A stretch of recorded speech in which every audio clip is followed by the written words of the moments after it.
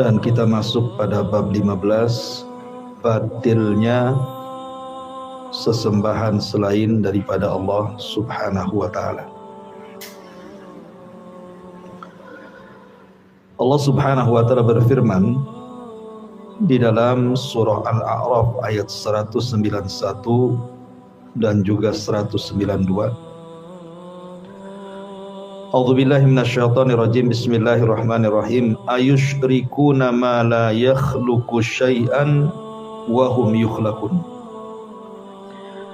wa la yastati'una lahum nasran wa la anfusahum yansurun. Apakah mereka mempersekutukan Allah dengan berhala-berhala yang tidak dapat menciptakan satu apapun, sedangkan berhala-berhala itu sendiri buatan manusia. Berhala-berhala itu tidak mampu memberi pertolongan kepada penyembah-penyembahnya, dan juga tidak bisa memberikan pertolongan kepada dirinya sendiri. Taib. Di sini Allah Subhanahu wa ta'ala ingin menjelaskan kepada kita tentang rendahnya sesembahan-sesembahan selain daripada Allah Subhanahu wa ta'ala. Makanya di sini Allah Subhanahu wa ta'ala menyinggung, apakah mereka mempersekutukan Allah dengan berhala yang tidak dapat menciptakan satu apapun. Dari sini ada pendalilan bahwa zat yang harus disembah dialah yang menciptakan kita. Kenapa kita menyembah Allah?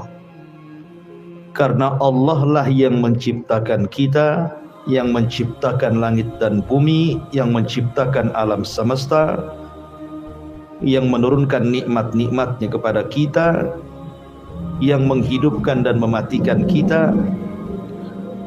Itu sebabnya kita sembah Allah. Lah sekarang kalau seandainya ada sesembahan selain daripada Allah, baik itu batu yang padat-padat, pohon dan yang semacamnya, ataupun jin, syaitan dan yang semacamnya, atau manusia-manusia dan yang sejenisnya, mereka kan tidak bisa menciptakan. Kita saja bukan diciptakan batu atau yang lainnya. Pantaskah zat yang tidak bisa menciptakan disembah? Logikanya seperti itu. Batu, kan ada orang yang nyembah patung, batu yang dipahat. Ada juga orang yang menyembah pohon, kan itu ya, atau yang semacamnya. Kalau kita tanya kepada orang yang nyembah batu sama pohon itu, apakah batu dan pohon ini yang menciptakan kamu? Pasti jawabnya tidak, nggak mungkin, gila lah dia menunjukkan dia yang menciptakan saya. Dia sendiri diciptakan orang itu. Sehingga zat-zat yang tidak sanggup menciptakan sudah barang tentu tidak pantas disembah. Makanya zat satu-satunya yang pantas disembah itu adalah yang menciptakan. Kalau dia menciptakan, memberikan rezeki kepada kita, ya sudah layak kita sembah zat tersebut, karena dia yang menciptakan kita. Di sini ada sindiran, karena di zaman jahiliyah itu, Bu, ada sesembahan itu macam-macam. Ada sesembahan namanya Nailah. Nailah itu nama perempuan, ya. Kemudian laki-lakinya disebut Saif dan Nailah. Saif dan Nailah ini dulunya berzinah, Bu, di dalam Ka'bah. Kemudian dikutuk jadi batu. Kemudian setelah dikutuk jadi batu, kemudian oleh orang-orang jahiliyah ketika itu yang masih menghormati Ka'bah, Diletakkanlah kemudian patung ini, yang satu di Safa, yang satu di Marwah. Awalnya diletakkan supaya jadi ibrah, pelajaran saja, Saifah dan Nailah ini, supaya orang-orang jangan melecehkan Ka'bah. Kalau melecehkan Ka'bah, nanti jadi kayak orang ini dikutuk jadi batu. Tetapi lambat laun, karena ditenggerkan di Safa dan Marwah sebelum datang Islam, oleh generasi yang tidak paham maksud diletakkan patung itu di situ, malah disembah pula. Kan gitu ya, akalnya di mana coba kan? Itu kan orang yang berzina kemudian dikutuk jadi batu, kemudian diletakkan di Safa dan Marwah, belakangan disembah. Jadi kan menyembah orang fajir namanya ya, orang yang fasik, orang yang berzina jadi batu disembah. Coba ingat, akalnya di mana? Belum lagi kemudian ada sesembahan namanya Hubal. Itu sesembahan yang dibawa dari Syam oleh Amr ibn Luhai. Kemudian datang lagi ada Lata, ada Uzza, ada Manat, macam-macam sesembahan orang-orang jahiliyah itu. Ada yang berbentuk batu, ada yang berbentuk pohon gitu ya. Nah di sini Allah Subhanahu wa taala menyinggung, ayusyriku ma la yakhluqu syai'an wa hum yukhlaqun. Apakah mereka mempersekutukan Allah dengan berhala-berhala yang tidak dapat menciptakan apapun?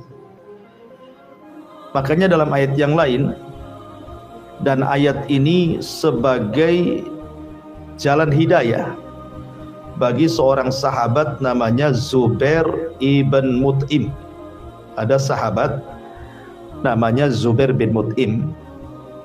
Itu dendam sama Nabi, Bu, gara-gara paman-pamannya mati di perang Badar oleh kaum muslimin. Jadi Zubair bin Mut'im ini berazam untuk membunuh Nabi dengan cara pengecut. Berangkat dia dari Mekah ke Madinah, menutup wajahnya dengan pedang terhunus, dan dia ingin membunuh Nabi sedang sholat. Menunggu Nabi sedang sholat, nanti mau ditikam dari belakang. Ketika sampai Zubair ibn Mut'im ini ke Madinah, Nabi sedang sholat maghrib bersama para sahabatnya. Lah ketika Nabi sholat maghrib itu, Rasul membaca Al-Fatihah, kemudian membaca surah Toha. Lah salah satu ayat dalam surah Toha itu pula yang menyebabkan Zubair bin Mut'im masuk Islam. Karena ayat itu menyinggung sesembahan orang-orang Quraisy. Gimana bunyi ayat itu? Allah Subhanahu wa taala mengatakan, ayakhluquna syai'an wa hum yukhlaqun. Apakah berhala-berhala itu diciptakan dari segala sesuatu? Am khuliqu min ghairi syai'in am humul khaliqun? Apakah mereka diciptakan dari segala sesuatu, ataukah mereka menciptakan diri-diri mereka sendiri?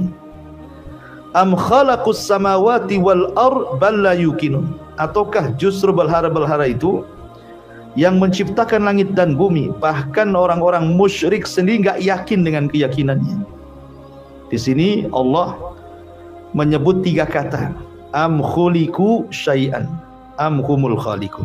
Satu, apakah berhala-berhala yang disembah orang-orang musyrik itu khuliqu, diciptakan dari segala sesuatu, mungkin dari batu, mungkin dari pohon, dari kayu gitu,